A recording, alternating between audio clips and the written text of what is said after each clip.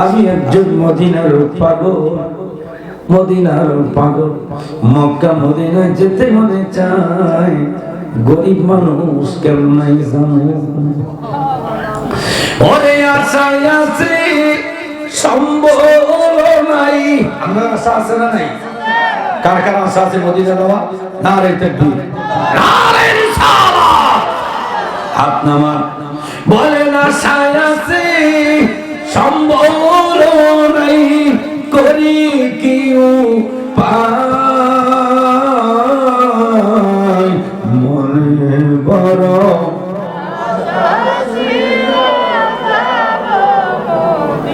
একটু জবানটা খুলে বলেন না, মনে বড় আশা ছিল ওরে সালাম আমি করব গিয়ে, সালাম আমি নবীর যায়, মনে বড়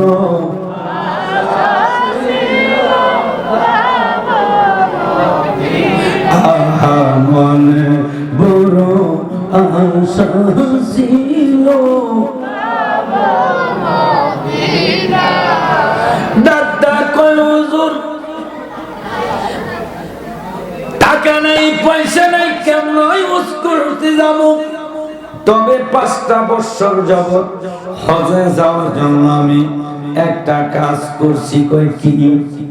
কয় দিনের বেলা জোতা সিঁড়ি কইরা যেই টাকা আমি পাই এটা দিয়ে সংসার চালাই, আর 5 বছর হজে যাওয়ার জন্য রাত্রিবেলা ঘুমাই না, রাত্রিবেলা জুতা সিঁড়ি করার জন্য বাজারে যাই, রাত্র কইরা যেই টাকা ইনকাম করি ওই টাকাগুলি 5 বছর যাবত জমা রেখেছিলাম মক্কা মদিনায় যাওয়ার জন্য, কিন্তু মদিনায় যাওয়া হয় না। কেন হয় নাই? কোন কারণে যেতে পারো না? আল্লাহু আকবার বলে। টাকার কি শর্ট ছিল? কয় না হুজুর 5 বছরের ভিতরে রাত্রি কাজ করে সেই টাকা আমি জমাইছিলাম ঠিক হজে যাওয়ার সমান টাকা। কয় কেন যাইতে পারলো না? কয় গঠন একটা ঘটছে। সুবহানাল্লাহ। কয় কি ঘটনা? খুব খেয়াল, বসেন বসেন বসেন। কয় কি ঘটনা? হুজুর ঘটনাটা হলো আমি সব কমপ্লিট করছি, রাত্র পহাইলে আমি হজে যাব, আমাদের এলাকার অনেক লোক আমার সাথে হজ করতে যাবে, কিন্তু যেদিন রাত্র পহাইলে আমি চলে যাব, ওই রাত্রিতে আগের দিন রাত্রিতে হঠাৎ করে আমার বিবি আমাকে বলল, স্বামী স্বামী গো আগামী দিন হজ করতে চলে যাইবা, যদি বেঁচে থাকো তাইলে না দেখা হবে, যদি মক্কা মদিনায় হজ করতে যাইও যদি মারা যাও তাইলে তো আর কোনোদিন দেখা হবে না। স্বামী গো হঠাৎ কেন জানি এই মুহূর্তে গভীর রাত্রে আমার গোশত দিয়ে ভাত খাইতে মনে চাইছে। কি দিয়া? গোশত দিয়া। কি দিয়া? ও স্বামী কেন যাবি হঠাৎ এই গভীর রাত্রি গোশত খাইতে মনে চাই? মুছি ডাক্তার কয়, হুজুর স্ত্রী যখন গোশতের কথা বললো আমি টেনশনে পড়ে গেলাম, এত রাত্র কোথায় গোশত পাবো? একটা বাটি নিয়ে ঘর থেকে বের হইলাম, খুব খেয়াল। কয় ঘর থেকে বের হইলাম, যাইতেছি হাঁটতেছি, দেখি কারো কোনো ঘরে গোশত পাক হয় কিনা, কারো ঘরে কোনো গোশত আছে কিনা, তরকারি আছে কিনা। আমি পেয়ালাটা নিয়ে বাটিটা নিয়ে ঘর থেকে বের হইলাম। কিছুক্ষণ দূর যাওয়ার পর একটা ঘরের পাশে দিয়ে আমি হাঁটতেছি, হঠাৎ করে দেখতেছি ওই ঘর থেকে রান্না করা গোশতের ঘ্রাণ পাচ্ছি। হুজুর আমি যখন রান্না করে বুঝতে গেলাম আমার নাকে আসলো, আমি নিশ্চিত হয়ে গেলাম এই ঘরের মধ্যে মনে হয় গোশত পাক করা হচ্ছে। আমি দরজায় গিয়ে বললাম, ভাই কে আছেন? দরজাটা খোলেন। তিনি দরজা খুললেন। আমি বললাম, ভাই আপনার ঘরে কি গোশত পাক হয়? তিনি বললেন, হ্যাঁ। দয়া কইরা গোশতের একটা টুকরা একটু ঝোল আমাদের দিতে পারবেন নি? কয় কেন? আমি আগামী দিন হজে চলে যাব, এই মুহূর্তে আমার বিবি গোশত খাইতে মনে চাইছে, কোথায় গোশত পাবো? রাত্র করে ভাই যদি আপনি একটু তরকারি আমারে দেন, আমি কথা দিলাম মক্কা থেকে হজ করে আইসা গোশত কিনলা পাক কইরা আবার আপনার তরকারি আমি ফেরত দিয়ে দিব। তিনি বললেন, আলী ও আলী, আমার ঘরে যে গোশত পাক করা হচ্ছে রে আলী, এই গোশত তোমার জন্য খাওয়া হারাম আর আমাদের জন্য গোশত খাওয়া হালাল। সুবহানাল্লাহ। কয় তোমার জন্য এই গোশত খাওয়া হারাম, আমাদের জন্য হালাল। জিজ্ঞেস করলাম, আমিও তো মুসলমান, তুমিও তো মুসলমান, তোমার জন্য গোশত খাওয়া হালাল, আমার জন্য কেন হারাম? তিনি বললেন, আলী রে, গোশতের রহস্য তুমি জানো না। হে আলী, আলী ইবনে মুআফিক, গোশতের রহস্য জানো না? জানলে তুমিও খাইতা না। কয় কি রহস্য?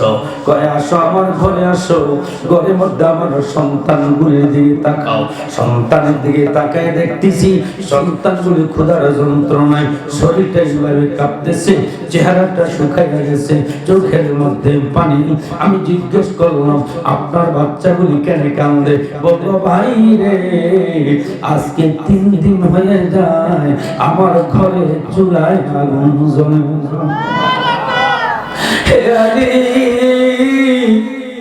আমিও খাই না, আমার বিবিও 3 দিন পর্যন্ত কোনো খানা খায় না। জান বাঁচানো ফরজ, কি করব? গভীর রাত্রে বের হইলাম, ওই জঙ্গলে গিয়ে দেখলাম একটা গাধা মহিলা রয়েছে। এই গাধার মরা গাধার গোশত কেটে না বিবিরে দিয়ে পাক করাইতেছি। পাক শেষ হয়ে গেলে, রান্না করার শেষ হইলে সন্তানদের কিনে গোশত খাইয়া জীবন বাঁচামু। এর আলী, এই জন্য বলছি, এই মরা গাধার গোশত খাওয়া তোমার জন্য হারাম, আমাদের জন্য হালাল। ওই মুসি কয়, ভাই কি শোনাইলেন? কি শোনাইলেন আপনি? কয়, ভাই গোশত খাইন না, একটু সময় দেন। ওই মুসি দৌড়ে বাড়িতে গেলেন। বাড়িতে গিয়ে বিবিরে ডাকটা বললেন, বিবি ও আমার প্রাণের বিবি, বলো ঘরের মধ্যে কি আছে? বিবি বললেন, আটা ছাড়া আর কিছু নাই।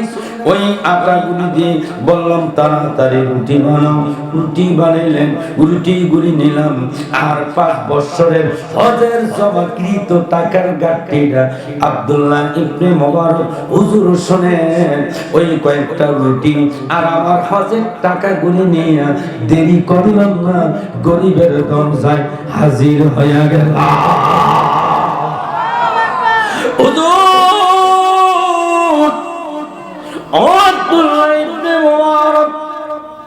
আমি হজের টাকা গুলি লইয়া রুটি গুলি নিয়ে একটা দূর দিলাম, ওই গরিবের দরজায় গিয়ে বললাম, ভাই এই রুটি গুলি আপনি বাচ্চাদেরকে নিয়ে খান, আর এইখানে অনেকগুলি টাকা আছে, এই টাকাগুলি আপনারে দান করে দিলাম, আপনি সারা বহাইলে বাজার থেকে সরে কিনলা সংসার চালাইবেন। আর যখন টাকাগুলি দিলেন, লোকটা বলল, হেরে আলী, এতগুলি টাকা তুমি আমারে কেন দিলা? এই টাকা তো আমি কোনোদিন ঋণ পরিশোধ করতে পারবো না। কেন দেনা? আমি তোমার ঋণ কেমন পরিশোধ করবো? বললেন, ভাই টাকা দেওয়া লাগবে না, টাকা ফেরত দেওয়া লাগবে না। কয় এর বিনিময়ে কি চান? কয় এর বিনিময় তোমার কাছে কিছু চাই না, যদি তুমি কিছু এই টাকার বিনিময় যদি তুমি আমাকে কিছু দিতে চাও, আমি এই মুসির জন্য আল্লাহর রহমতের দরজায় দুইটা হাত উঠাইয়া দিও। আর কিছুই চাই না। মুসির আত্মা হুজুর, এই হলো ইতিহাস, এই কাজটা আমি করছি। আব্দুল্লাহ ইবনে মুবারক কয় আর কিছু আসেনি। কয় হুজুর ঘটনা আর একটু বাকি আছে। সুবহানাল্লাহ। কইতামনি কষ্ট হবে আপনাদের। ও মদিনারি তোর বুকে আমার নবী, ঝাল লাগিয়া পাগল সবই, যাহার তোরে সৃষ্টি হলো ত্রিভুবন। ঠিক কিনা বলেন? ও মদিনারি তোর বুকে আমার নবী, ঝাল লাগিয়া পাগল সবই, যাহার তোরে সৃষ্টি হলো ত্রিভুবন। কাঁদিয়া আমি সারাক্ষণ, সেথায় যাব কতক্ষণ বলুন। কাঁদি আমি সেথায় যাব কতক্ষণ, সহে না আমার পরাণে বলেন ও মদিনার মাটি রে, সকল সুখ বুঝি তোর কপালে। বলেন ও মদিনার মাটি রে, সকল সুখ বুঝি তোর কপালে। ভালো লাগে না খারাপ লাগে? নবীর শান কার কার কাছে ভালো লাগে একটু হাত তুলে দেখি। মাশাআল্লাহ, নারে তাকবীর, নারে রিসালাত। তাদের কাছেই তো নবীর শান, তাদের কাছে নবীর রিসালাতের আলোচনা তাদের অন্তরে ভালো লাগবে, যার অন্তরে নবীর মুহাব্বত আছে। বলুন ঠিক কিনা? যাদের অন্তরে নবীর প্রেম নাই, যাদের অন্তরে মদিনার ভালোবাসা নাই, যাদের অন্তরে নবীর মুহাব্বত নাই, তাদের কাছে নাতে রাসূল বললে খারাপও লাগবে, তাদের কাছে বেদাতের ঘেরানো হবে। এই কথা বলেন ঠিক কিনা?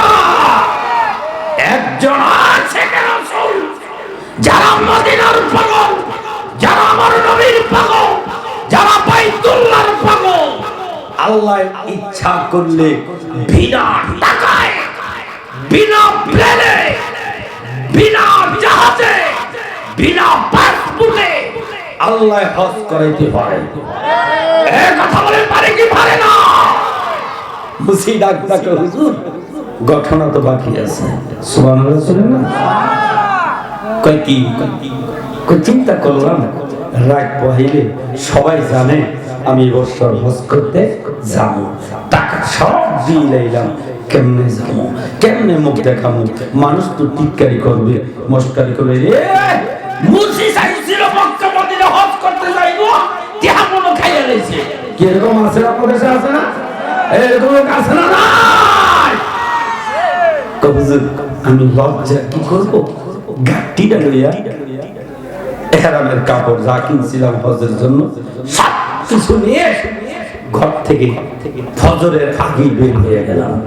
যাইতে যাইতে যাইতে যাইতে আমি একটা জঙ্গলে ঢুকলাম, নিয়ত করলাম যতদিন পর্যন্ত হাজিরা মক্কা থেকে ফিরে না আসবে অতদিন পর্যন্ত জঙ্গলের ভিতরে থাইকা একটা গুহার মধ্যে থাইকা ওই কাবার মালিকের রাখবো আর মদিনা কাবরিওয়ালার নবীর জন্য কাঁদবো। আর জোরে বলেন আল্লাহু আকবার। চলে গেলাম সেই জঙ্গলে, গুহার মধ্যে ঢুকলাম, শুরু করলাম আল্লাহর ইবাদত, আল্লাহর জিকির, তাহাজ্জুদ, নামাজ শুরু করলাম, কোরআন তেলাওয়াত। শেষ রাত্রে আমি শুধু আমার নবীর জন্য কাঁদছি। নবী নবী করে আর কত কাল কাঁদব, বলেন নবী নবী করে আর কত কাল আমি আপন নয়নে কবে জানি, বলো না আপন নয়নে কবে জানি নবীজিকে আমি দেখব। ও নবী নবী করে আর কত কাল। সবাই একটু জবান খুলে বলতে পারবেন এই জবান দিছে কে? জোরে বলেন কে? জবান দিছেন কে? জবান দিয়া ডাকবো কারে? যে আল্লাহ জবান দিছে, এই জবান দিয়া নবীর গুণগান, নবীর প্রশংসা, আল্লাহর জিকির, আল্লাহর নাম লইতে কোনো অসুবিধা আছে? আল্লাহ তো একটা রূপ দিয়ে সেকেন্ডের মধ্যে আপনার আমার এই জবান বন্ধ করে দিতে পারে। যে আল্লাহ এত সুন্দর জবান দিছে, এই জবানটা দিয়ে আমাদের বলতে অসুবিধা? বলেন নবী নবী করে আর কত ভালোবেসে নূর নবীকে, ভালোবেসে নূর নবীকে হৃদয় মাঝে বলে রাখবো। ও নবী নবী করে আর কত মারহাবা করুন। হুজুর ওই গুহার ভিতরে ওই হাজী মক্কা থেকে আসার পর্যন্ত গুহার ভিতরে 2-2.5 মাস কাঁদছি। সুবহানাল্লাহ। হুজুর যখন শুনতে পারলাম মক্কা থেকে মদিনা থেকে হাজিরা দেশে রওনা করেছে, দেশে অনেকে এসে পড়েছে, আমি গাড়ি টানে গুহা থেকে বের হইলাম, জঙ্গল থেকে বের হইয়া বাড়িতে রওনা করলাম। জঙ্গলটা পার হইয়া কিছুক্ষণ সামনে আসলাম। আসার পরে একজন হাজী, তিনি এখনো বাড়িতে যায় নাই, তিনি বাড়িতে যাবেন। আমার সাথে রাস্তায় দেখা, আমারে দেখা কয় আলী আলী, ওই বাইতুল্লাহ কাবার ইমামের পিছনে একসাথে জুম্মার নামাজ তুমি নামার পাশে দাঁড়াইয়া আদায় করলা। আলী রে, বাইতুল্লাহ কয়েকটা নামাজ ইমামের পিছনে পড়লাম, তুমি না ক্ষণে আমার ডাইন পাশে ক্ষণে আমার বাম পাশে দাঁড়াইয়া নামাজ পড়ছো, এরপরে যা তোমারে দেখলাম না। বলো আলী রে, বাকি সময়টা মক্কা মদিনার কোন জায়গায় ছিলা? দাদা হুজুর, ওই হাজির সাথে আমি আর কিছুই বললাম না। সামনে গেলাম, আবার সামনে যাওয়ার পর একজন হাজী, তিনিও এইমাত্র মক্কা থেকে আসছেন, এখনো বাড়িতে ওঠেন নাই। তিনি বাবার দেখা সালাম দিয়ে কয় আলী রে, হে আলী, সাফা মারওয়া একসাথে দৌড়াদৌড়ি করলাম, এরপরও তো আর তোমার সাথে দেখা হইল না। বলো আলী রে, তুমি কোথায় এতদিন ছিলা? সভাপতি সাহেবের আগমন, সভাপতি সাহেবের আগমন, নারে তাকবীর। সবাই বলেন মারহাবা। আমাদের আজকে মাহফিলের সম্মানিত সভাপতি জনাব হযরত মাওলানা হুসাইন আহমেদ সাহেব, মারহাবা বলেন।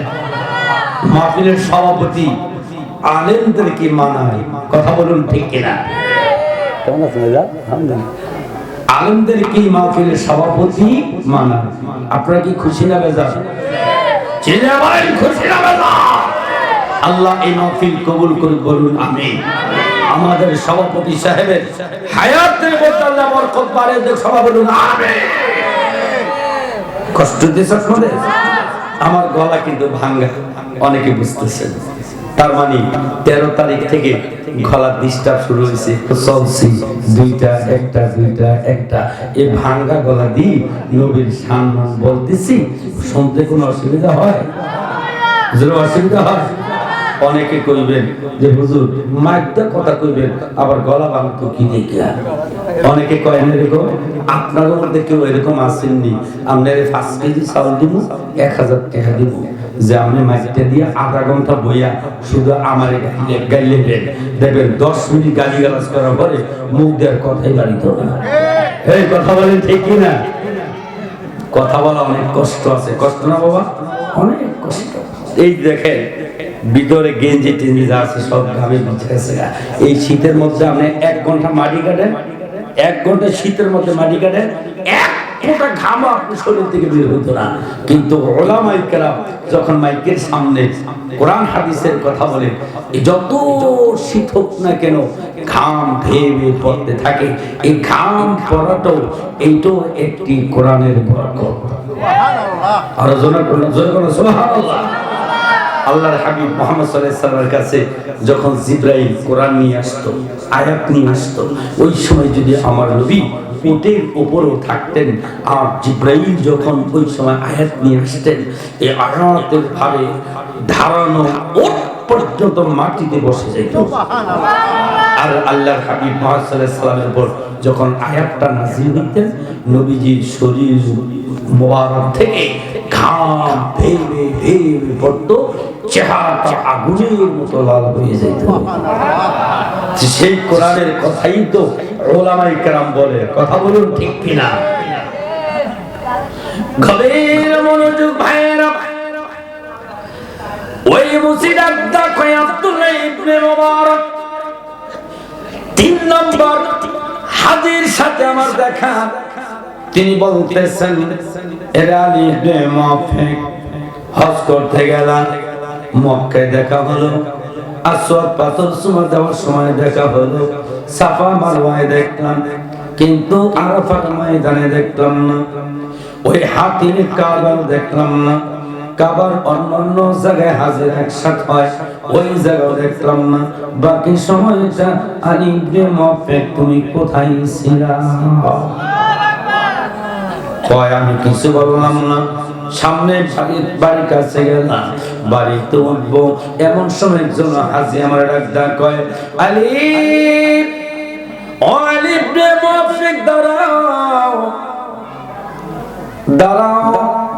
আমি দাঁড়াইলাম, ওই হাজি আমাকে ডাক কয়, তুমি যখন মদিনায় গেলা, নবীর রওজা জিয়ারত আমিও করলাম, অন্যান্য হাজিরাও করলো, কিন্তু ওইখানে অনেক ভিড়। এরে আলী ইবনে মুআফিক, তুমি রওজা জিয়ারত করতে মানুষের জন্য যেতে পারো না, আমি তো জিয়ারত করে পাশে ছিলাম, তুমি না আমাকে বললা যে ভাই আপনি আমার টাকা গুলিয়ে রাখেন, আমি নবীর একটু সালাম দিয়ে আসি। তুমি নবীর রওজা মোবারক সালাম দিতে গেলা, জিয়ারত করতে গেলাম, আমি তোমার টাকার গাঁটটি নিয়ে বসে রইলাম, আর তোমারে দেখলাম না। তোমার এই টাকা নিয়ে বড় টেনশনে আছি, তোমার এই আমানত নিয়ে আমি বড় পেরেশানির মধ্যে আছি। আলী ইবনে মুআফিক রে, নাও তোমার টাকা গুনে তোমাকে বাড়িতে দিয়া গেলাম। সুবহানাল্লাহ। ওই আব্দুল্লাহ ইবনে মুবারক ডাক আলী ইবনে মুআফিক, এই হলো তোমার ইতিহাস। কয় জি হুজুর, এই কাজটাই আমি করছি। ওই আব্দুল্লাহ ইবনে মুবারক তিনি কথা শোনার পর বললেন, আলী ও আলিফ দে মুআফফিকায় আমার বুকে আয়। হায় রে তোমার এই ভালো কাজটা যে আমার আল্লাহ কত সুন্দরভাবে কবুল করেছেন। তোমার ওই ক্ষুধার্ত ব্যক্তির ক্ষুধা নিবারণ তুমি করছো, হজের টাকা পর্যন্ত তাদেরকে দান করে দিছো। এ আলী রে, আমার আল্লাহর কাছে তুমি কত দামি হইয়া গেছো। একটা সুসংবাদ শোনো, সুসংবাদ তুমি শোনো।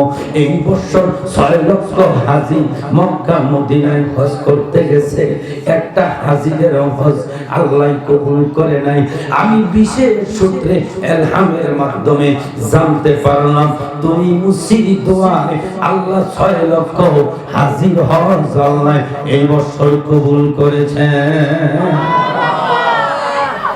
এই বসেন আমার ভাইয়েরা, তাইলে বোঝা গেল আজকের এই মাহফিলে আমরা যারা আসছি, এই মাহফিলে যারা আমরা বসছি, বলেন তো দেখি আজকে আমরা এখানে সুবহানাল্লাহ বলি, আলহামদুলিল্লাহ বলি, আল্লাহু আকবার বলি, নবীর প্রেমের আলোচনা শুনে চোখের পানি ছেড়ে কান্দে, কবরের আলোচনা করে কবরের ভয়ে কান্দে, কথা বলেন ঠিক কিনা?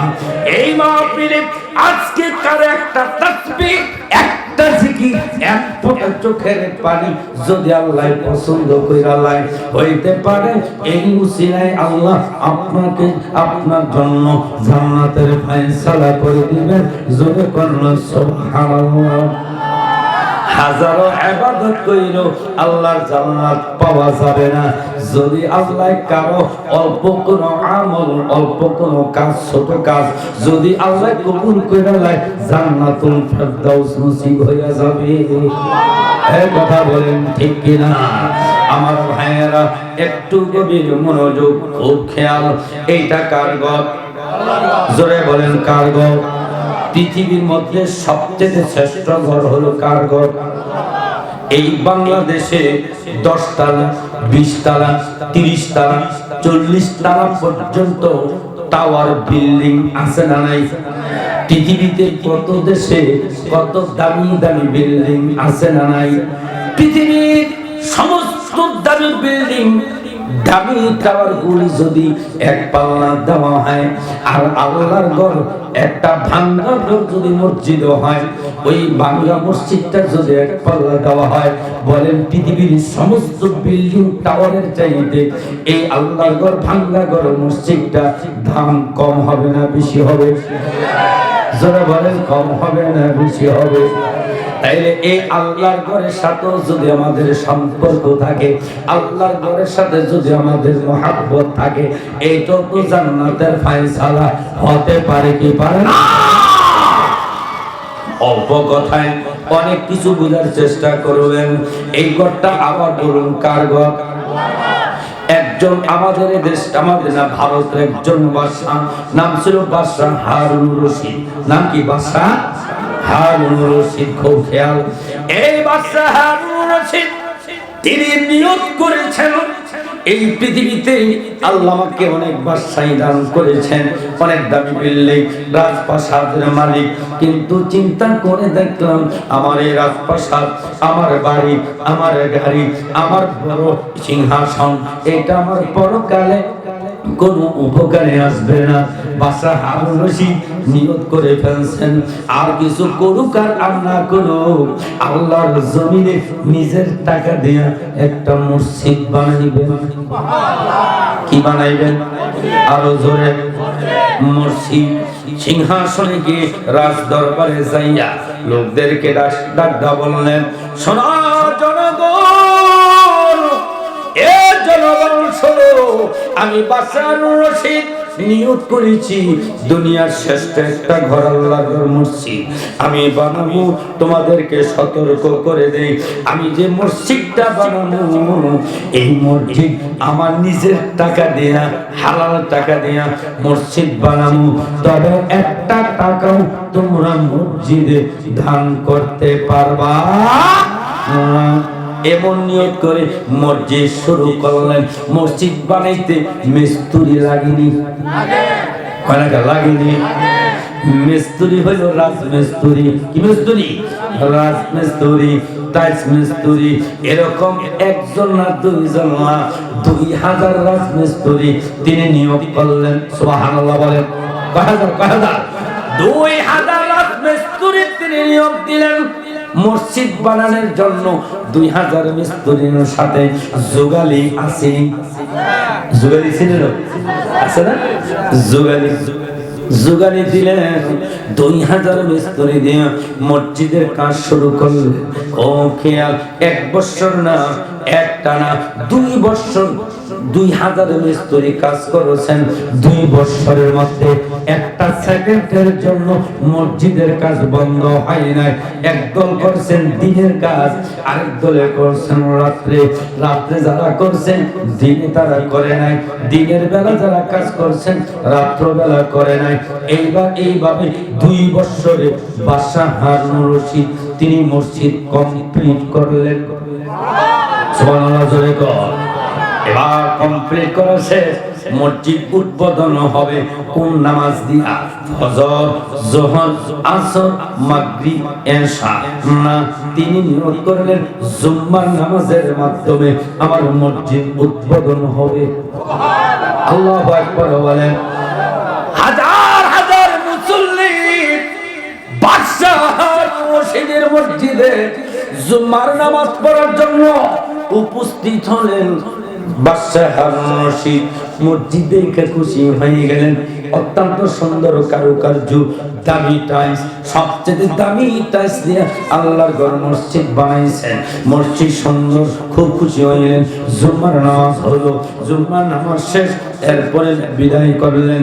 আসর নামাজ পড়লেন, মাগরিব ইশা পড়লেন, বাদশা এশার নামাজ পড়লেন। এশার নামাজটা পড়িয়া এরপরে মসজিদ থেকে বের হইয়া ডাইরেক্ট রাজপ্রাসাদে গেলেন, ভাত বগরে গেলেন। যেই ঘরের মধ্যে তিনি ঘুমান, ঘরের মধ্যে গিয়ে অন্য দিনের মতো কিছু আমল কইরা তিনি বিছানার মধ্যে ঘুমাইলেন। সুবহানাল্লাহ। বিছানার মধ্যে ঘুমাইলেন। বাদশা হারুন রশিদ কয়, ওই রাত্রিতে আমি স্বপ্নে দেখলাম একদল সাদা পোশাকধারী ফেরেশতা এসে আমারে ডাক কয়, ওরে বাদশা, জমিনে আল্লাহর ঘর তুমি মসজিদ বানাইছো, আল্লাহ তোমার জন্য একটা জান্নাতে ঘর বানাইছে। ও বাদশা,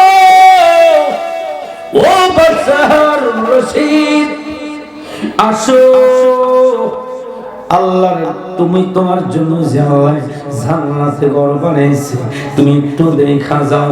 বাদশা রশিদ স্বপ্নের মাধ্যমে ফেরেশতাদেরকে সাথে চলতে চলতে জান্নাতে গেলেন। জান্নাতে ঢুকলেন, সুন্দর জান্নাত দেখে খুশি হইলেন। বললেন, ফেরেশতারা রে, এই জান্নাতটা যে আল্লাহ আমার জন্য বানাইছে এটার প্রমাণ কি? আমার তো কোনো নাম দেখি না। ফেরেশতারা কয়, আসো, এই জান্নাতটা তোমার জন্য আল্লাহ বানাইছে, গেটের মধ্যে তোমার নাম আল্লাহ লিখে রাখছে। বাদশা হারুন রশিদ গেটের সামনে গেলেন। ফেরেশতারা কয়, দেখো গেটের মধ্যে, কারণ গেটের মধ্যে লেখা আছে বাদশা হারুন রশিদের নাম। সুবহানাল্লাহ বলেন। জান্নাতটা ঘুরে ঘুরে দেখলেন, গেটটাও দেখলেন, গেট থেকে বের হলেন। ফেরেশতারা কয়, দাঁড়াও, এ বাদশা দাঁড়াও। কয়, কি হইছে? কয়, তোমার জান্নাতের পাশে আরেকটা জান্নাত দেখা যাও। কয়, এটা কার? কয়, এটা কার? নামের পরিচয় পরে দিমু, আগে দেখা যাও। কয়, তিনি বলতেছেন, বাদশা বলতেছেন, আমার পাশের জান্নাতটার মধ্যে ঢুকাইলো। আমি দেখলাম আমি বাদশার জন্য আল্লাহ যেইভাবে জান্নাত সাজায় রাখছে হুবহু একই রঙের, একই কালার, একই জিনিস দিয়া হুবহু আরেকটা জান্নাত আল্লাহ বানাইয়া রাখছে। বাদশা কয়, আমি জিজ্ঞেস করলাম, ও ফেরেশতারা, এই জান্নাতটা কার? আল্লাহু আকবার বলেন না। এই জান্নাতটা কার? ফেরেশতারা বললেন এই জান্নাতটা হলো 2000 রাজমিস্ত্রি যুগালি যারা কাজ করছে রে। একজন মিস্ত্রির নাম হলো, একজন মিস্ত্রির নামে আল্লাহ ঘরটা বানায়া রাখছে। প্রধান অতিথির আগমন, নারায়ে তাকবীর, নারায়ে রিসালাত। আজকের মাহফিলের প্রধান অতিথি আমাদের মাঝে উপস্থিত হয়েছেন। সবাই বলেন আল্লাহুম্মা আমিন, সবাই বলেন মারহাবা। আল্লাহ কবুল করুক, জোরে বলুন আমিন। একটু দুরূদ শরীফ পড়েন, আল্লাহুম্মা সাল্লি আলা সাইয়্যিদিনা মাওলানা ওয়া আলা আলিহি। খালাস জবান খুলে মোহাব্বতে পড়েন আল্লাহুম্মা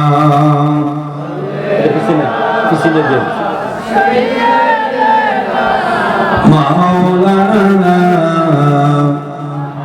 ওয়া আলা আলিহি।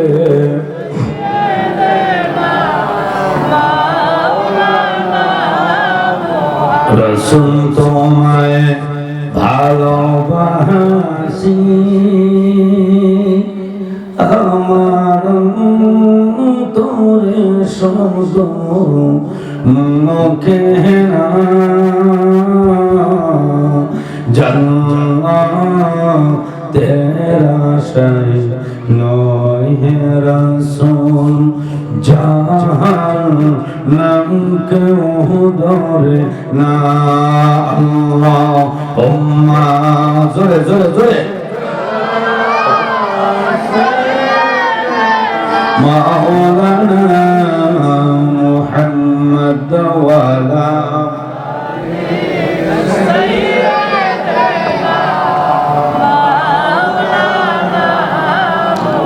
আপনাদের কি কষ্ট হয়? আমি একেবারে সংক্ষেপে বলছি, আমার আলোচনা সমাপ্তির দিকে যাচ্ছি। অত্যন্ত গভীর মনোযোগ। বাসা দাদা কয় ফেরেশতারা রে,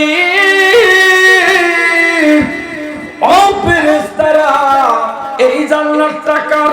আল্লাহু আকবার বলেন। আমার জন্য আল্লাহ যে জান্নাত বানাইছে হুবহু একই রকম জান্নাত, যারা পরিমাণ কোনো বেশ কম। এটা কার? কয় গেটের মধ্যে নাম আছে, বাদশা রশিদ গেটের মধ্যে নামটা দেখলেন, নামটা হলো আহমদ ইবনে মুসা। সুবহানাল্লাহ বলে, নাম কি?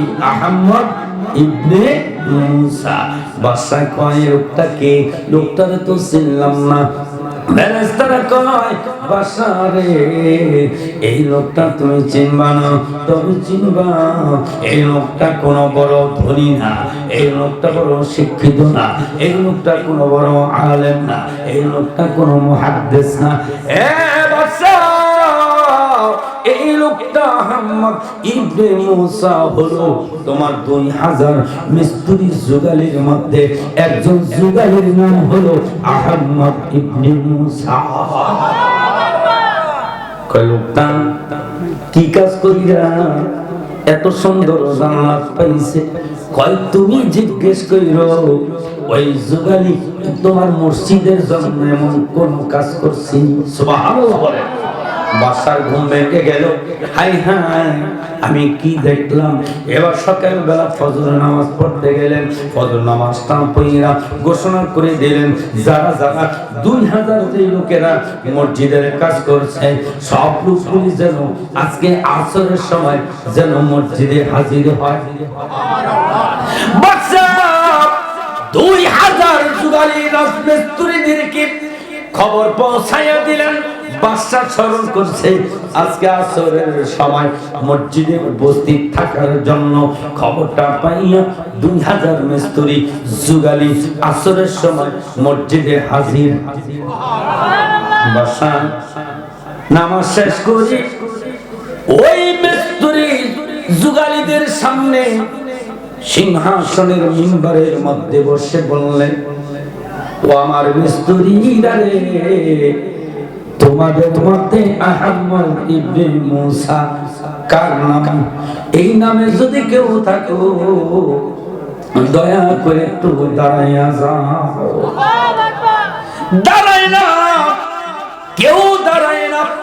একবার, দুইবার, তিনবার কেউ দাঁড়ায়, কেউ দাঁড়ায়। বাশার রশিদ বলতেছেন কি ব্যাপার?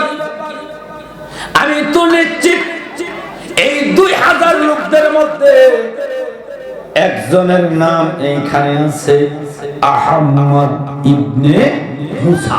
বলেন আহমদ ইবনে মুসা। কেন দাঁড়াও না? তুমি কি কোনো ভয় পাচ্ছ? ভয়ের কোনো কারণ নাই। আমি বাদশা বলে দিলাম ভয়ের কারণ নাই। দাঁড়াও দাঁড়াও, তোমার জন্য সুসংবাদ। তোমার জন্য কি সুসংবাদ? যখন কথাটা বললেন একজন হঠাৎ করে দাঁড়াইলেন, কালো লোক। সাধারণ লোক দাঁড়াইলেন। বাদশা বলতেছেন আসো। বাদশার কাছে আসেন। এত দূর সরে পড়েন সাল্লাল্লাহু আলা সাল্লাল্লাহু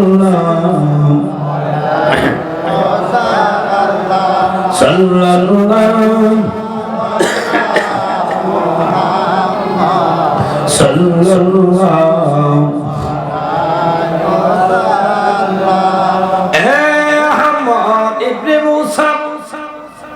আসো। তিনি গেলেন বাদশার সামনে, অত্যন্ত আদবের সাথে মহাব্বতের সাথে দাঁড়াইলেন। আর মনে মনে অনেক ভয় পাচ্ছেন। হায় হায়, 2 বছর মসজিদের কাজ করলাম, কাজের মধ্যে না জানি কোন ভুল হইয়া গেছে। ঠিক কিনা গো? কাজের মধ্যে না জানি কোন ভুল করে ফেলেছি, কোন অন্যায় জানি করেছি। বাদশা মরে কেন ডাকে? দাঁড়াইলেন, কই ভয় করো না, সত্য কথা বলবা। ও আহমদ ইবনে মুসা, সত্য কথা বলল। 2 বছর কাজ করতে যাইয়া আমার মসজিদের সাথে এমন কোন ভালো কাজ তুমি করছনি? ডাক্তার কয় বাদশা, ও বাদশা, আপনার একটা কথা অমান্য করেছি, আর কোন অমান্য করি নাই।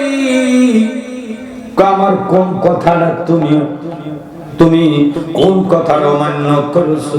কই বাদশা, যেদিন মসজিদ বানাইবেন আগে একটা ঘোষণা দিছিলেন, একটা টাকা যাতে কেউ মসজিদে না দেন। আর সব করছি, এই কথা আমি অমান্য করে ফেলছি। কয় কিভাবে অমান্য করছো? কয় বাদশা, ও বাদশা গো, রাত্রে বেলা যখন আমার কাজের ডিউটি আসতো, সুবহানাল্লাহ বলেন, ও বাদশা, রাত্রি বেলা যখন আমি আপনার মসজিদের কাজ করতাম, তখন আপনি এত দামি দামি টাইলস দিয়ে মসজিদটা আপনি এত সুন্দর করে বানাচ্ছেন। আমি মনে মনে কইতাম আমার আল্লাহর কাছে, আল্লাহ ও আমার আল্লাহ, বাদশারে ধনী বানাইছো, এই জন্য এত সুন্দর মসজিদ বানায়। মাওলা রে, আমারে গরিব না বানাইয়া আমার যদি তুমি ধনী বানাইতা, এই জমিনে আমিও তো একটা মসজিদ বানাইয়া দিতাম। ও বাদশা, এইভাবে আমি রাত্রিবেলা কাজও করছি, আফসোস করছি, আল্লাহ যদি আমার তৌফিক দিত আমি মসজিদ বানাইতাম। হঠাৎ করে একদিন বাড়িতে গেলাম, বাড়িতে যাইয়া মাটি উঠাইলাম, অর্থাৎ বাড়ির কাজ করতেছি, এক গর্ত কইরা একদিকে মাটি অন্য জায়গায় নিম, গর্ত করতে করতে মাটি উঠাইতে উঠাইতে প্রায় 6-7 হাত গর্ত হলো।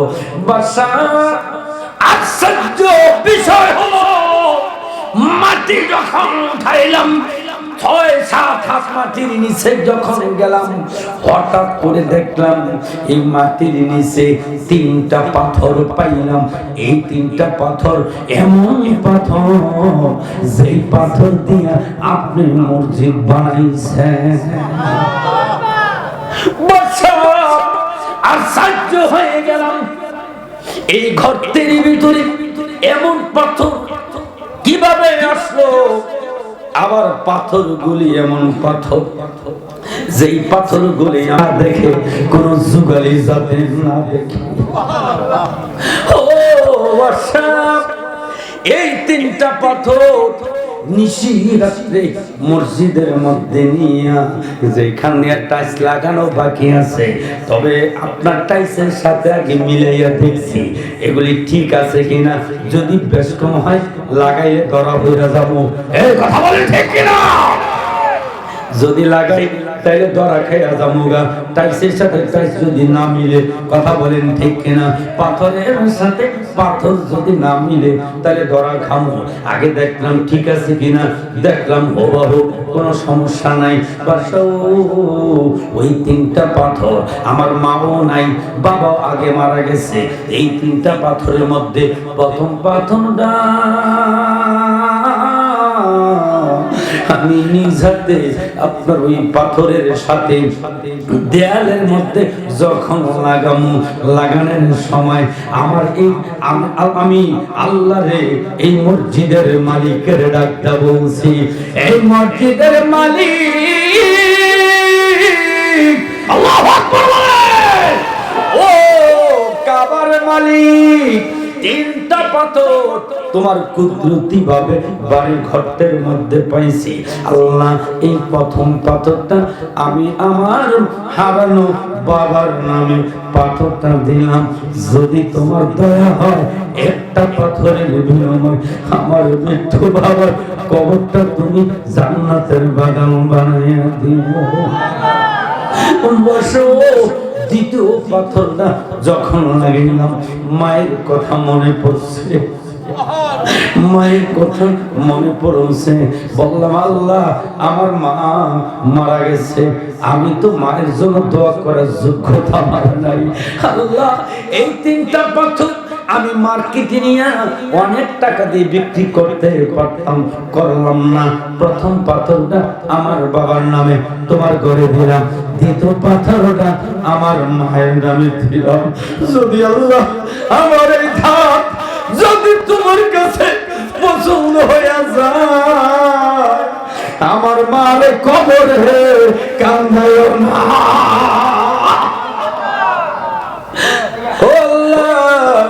দ্বিতীয় পাথরটা মায়ের নামে দিলাম, আমার মার কবরটা জান্নাতের বাগান বানাইও। বাদশাহ 3 নাম্বার পাথরটা আমি যখন দেয়ালের মধ্যে লাগাইলাম, আল্লাহর ডাক কইলাম, হে আল্লাহ, 3 নাম্বার পাথরটা আমি অদমের নামে তোমার ঘরে দিলাম। যদি দয়া হয়, যদি মায়া হয়, হাসরের মাঠে একটা পাথরের উসিলায় তুমি আমার মাফ কইরা জান্নাত দিও। বাদশা, এই 3টা পাথর আমি এইভাবে গোপনে গোপনে, পৃথিবীর কেউ জানে নাই, কেউ দেখে নাই। দেখছেন কে? আওয়াজটা বলুন, দেখছেন কে? আমার আল্লাহ ছাড়া কেউ জানে না, কেউ দেখে নাই। এই কাজটাই বাদশা আমি করেছি, আমারে মাফ করবে। বাদশা ডাকদা বলে, আলী ইবনে, বাদশা ডাকদা কয়, এ আহমদ ইবনে মুসা, আয় রে, কোটি কোটি টাকা দিয়ে মসজিদ বানাইয়া আল্লাহর পক্ষ থেকে জান্নাতের যে ঘর আল্লাহ আমার জন্য বানাইয়া রাখছে রে। আল্লাহ খুশি হইয়া তোর 3টা পাথরের বিনিময়ে আল্লাহ তোর জন্য আমি বাদশা হারুন রশিদের মতো হুবহু জান্নাত তোর জন্য বানাইয়া রাখছে।